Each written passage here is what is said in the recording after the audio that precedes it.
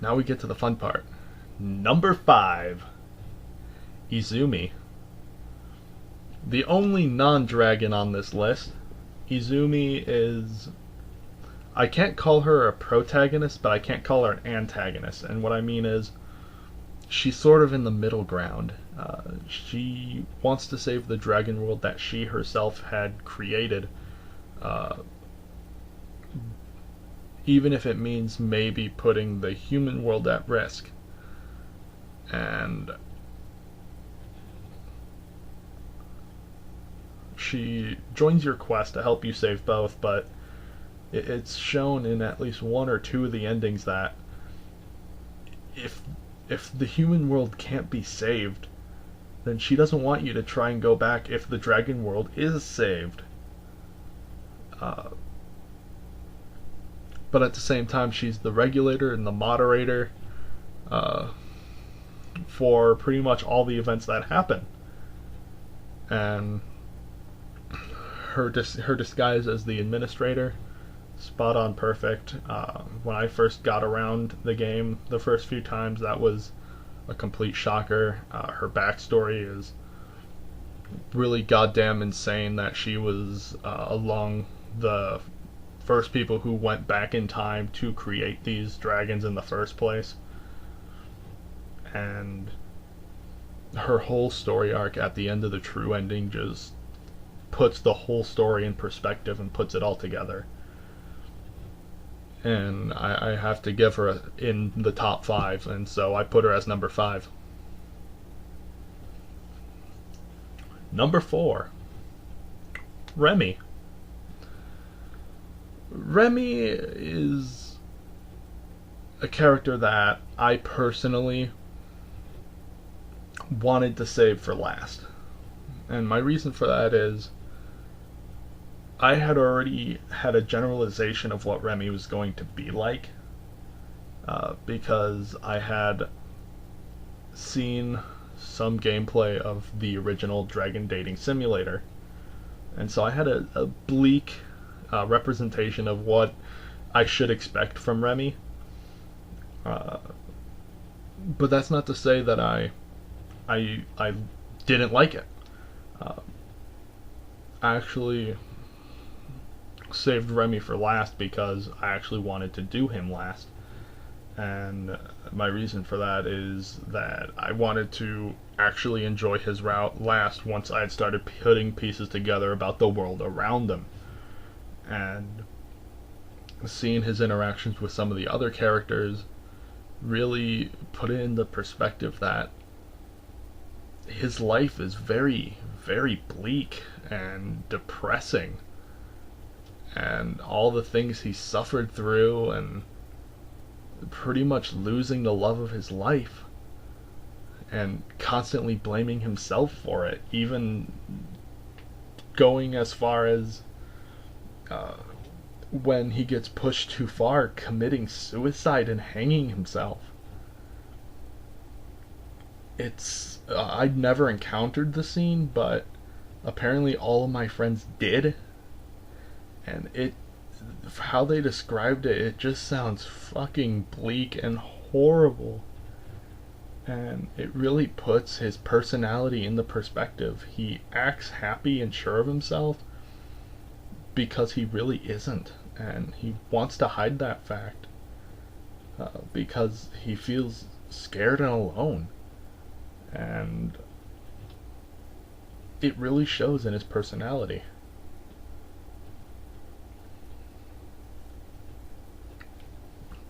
Now, as we decide to move on to the top 3,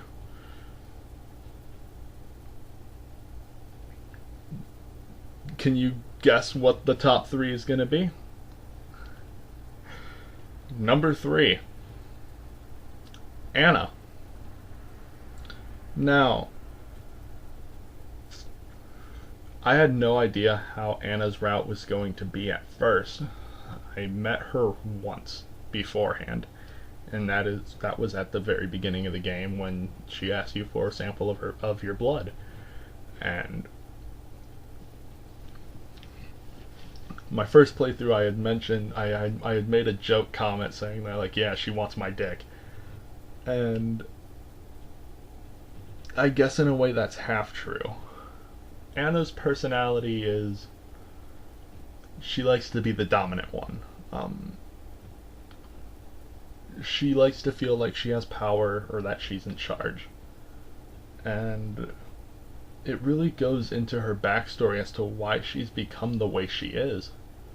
And it's because she's ended up hiding her heart pretty much her entire life. She pretty much came into the world good at science, which was her field, and got all these awards for it, but it all felt just completely hollow to her.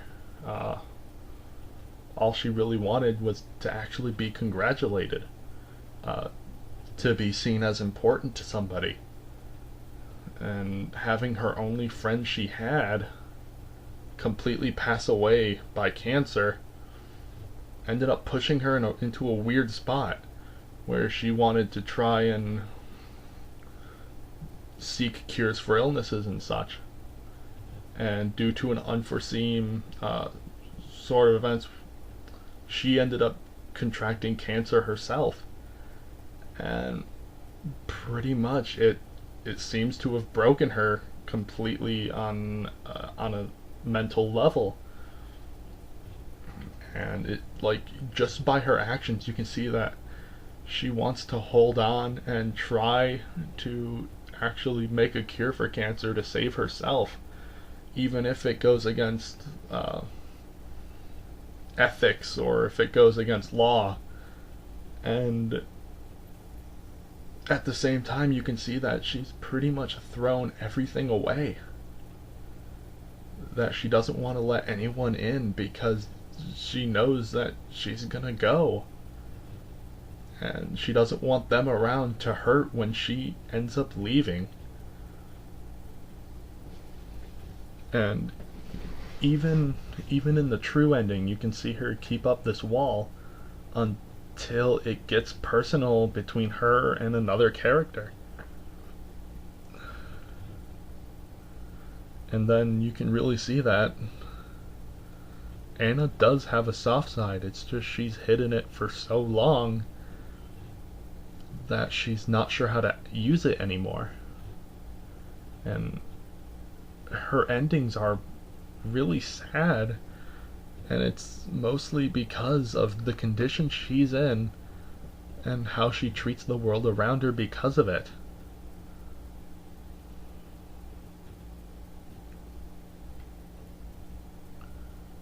Number 2, Sebastian.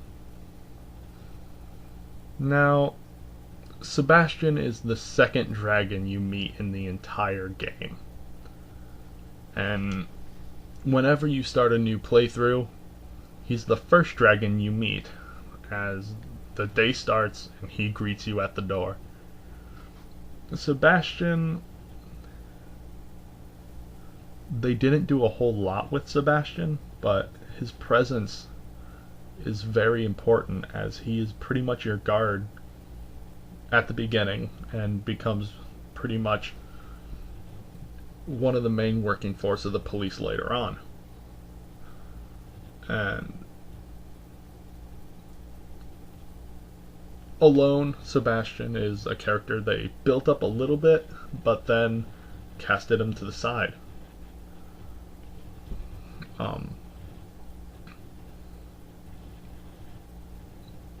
And with how they decide to throw Sebastian back into the fray at the end of the game by making him be the guy who's on duty guarding the portal during the firework event, it really brings the full story full circle. And so you get a chance to save him though. But also that little first time on the first day when you can actually go and spend time with Sebastian, it really opens up a lot about his personality. Yes, he's very interested in doing his job and he wants to do his job right. But at the same time, he's a very passionate person about not only doing his job but protecting those around him. And it really shows that he's a very soft-hearted, kind individual who is willing to try and help those around him. And even though you do play a game against him and he does make some smart remarks towards you, it's never in an aggressive way. It's more in a playful rivalry kind of way. And it really makes Sebastian's character stand out. And that's why I've actually really started to like Sebastian. He's probably my favorite male character in the entire game. There's not much else for me to say about him. He looks good with handcuffs. Number 1. Adine. If you didn't see this coming, you should have. Shame on you. Now, Adine was the first dragon that really took my attention away from the others. I had always loved wyverns, and when her description first came out, I was very interested in this character. I wanted to see what she was like. And when her personality was introduced,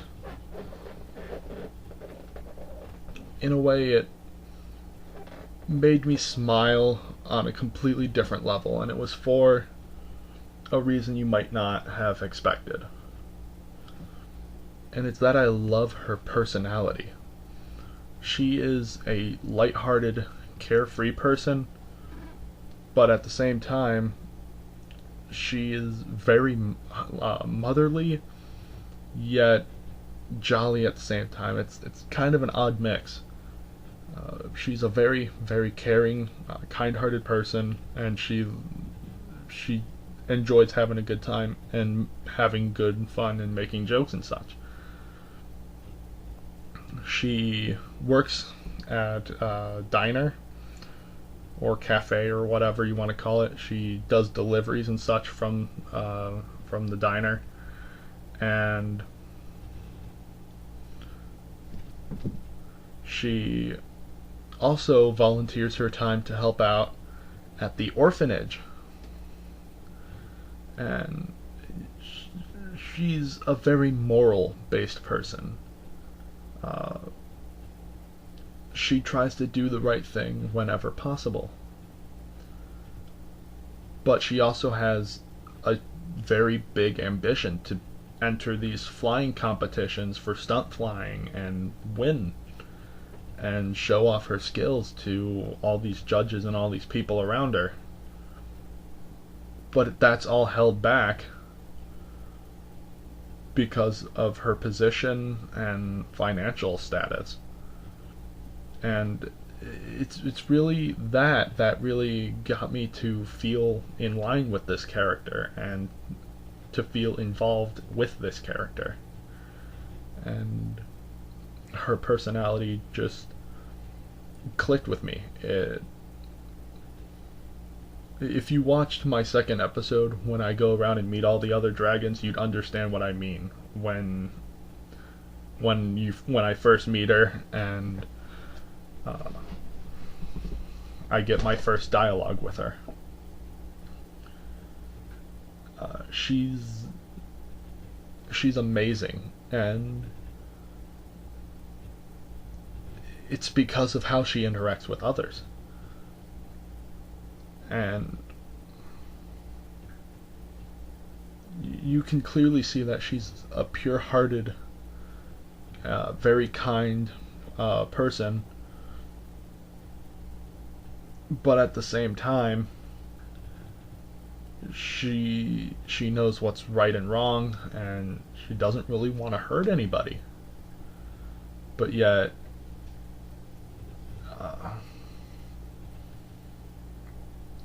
she's struggling with internal struggles of her own because she was friends with Remy's now gone wife, or soon-to-be wife, and she blames herself for it, and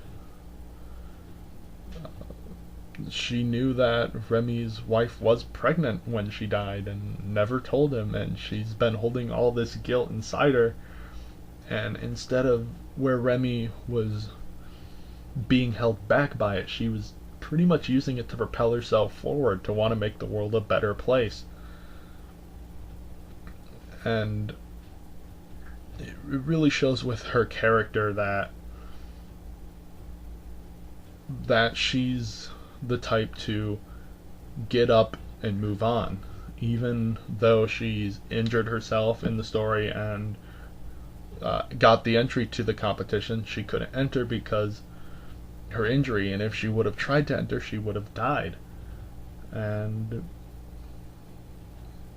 her adventure, her path is good, really well written, but it's the true ending that really puts her entire character arc together, when she starts getting really passionate about learning exactly what happened with Anna when Anna got what Anna did back in the past when she experimented on an egg. And when Anna listed out the details and such, you can see just how much Adine's character had changed when she demanded that Anna told her the name of this child. And it's because Adine knew what was coming, and Adine had to know. She had to finally get all of this information out. And it's a really nice way to close her character arc, as well as a lot of other character arcs in that final scene. And this game honestly wouldn't have been the same without a character like Adine. And so that's my top 10. This isn't by all means a perfect list. Your mileage may vary. Hope you enjoyed this video. Hope you enjoyed my thoughts. I'll see you guys in part 2 of the 150 subscriber special. Have a good night.